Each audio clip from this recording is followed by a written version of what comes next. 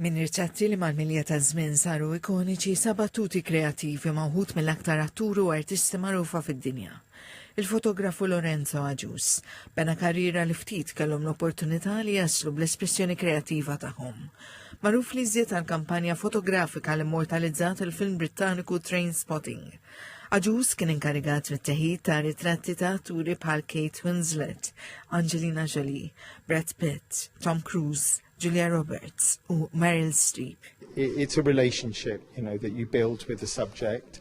It depends how much time you have with them, but you want to be able to get them to relax enough to let you in, and that's when you get the most beautiful, honest pictures of people. And it's a collaboration, so you want them on your side. They need to give you as much as you give them.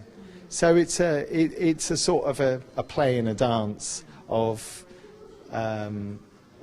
friendship and emotions and ideas to get great shots. Lorenzo jgħid li huwa kburi bl-eruq Maltin tiegħu. Matul is-snin il-għandi tiegħu ma servitx biss biex tiddokumenta u ċoħ magħrufa, iżda biex taqbad momenti ta' spontanjetà, emozzjoni u awtentiċità. F'dinja fejn l-immaġni hija kollox, Aġus jemmel li l-aqwa ritratt huwa dak li jirnexxielu jiżvela xi ħaġa li mhijiex ovvja mal-ewwel daqqatajn. I do what I love, and I love what I do, and like any artist, if you can't do what you love, you don't seem to exist. So I'll continue doing photo shoot. Fl-isfond tal-Mediterrani Film Festival, il-Lukanda Corinthia Palace f'Attart qed tospita l-esibizzjoni Icons of Film b'sensiela ta' madwar 60 ġbieħa. Ġbieħat li jippermettu li min iżura jara wħud mill-iżjed persuni fotografati fid-dinja permezz tal-lenti ta' Lorenzo Aġus.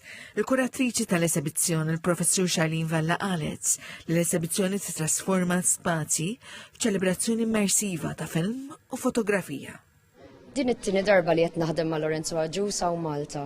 L-ewwel wirja kienet spazju kreattiv, kienet l-ewwel retrospettiva tiegħu is-sena l-oħra u ħdimna anke barra minn Malta flimkien. Li qed nagħmlu f'dawn il-wirjiet issa u li qed nieħdu ir-ritratti ta' Lorenzo barra minn galleriji, ġifieri minn galleriji tal-arti. U qed inġibuhom fi spazji pubbliċi fejn in-nies jiġu jieħdu kafè, jiġu jiltaqgħu ma' nies oħra. L-esibizzjoni tintemm fl-aħħar ta' Lulju qed issir b'kollaborazzjoni ma' Visit Malta l-Kunsill Malti għall-Arti.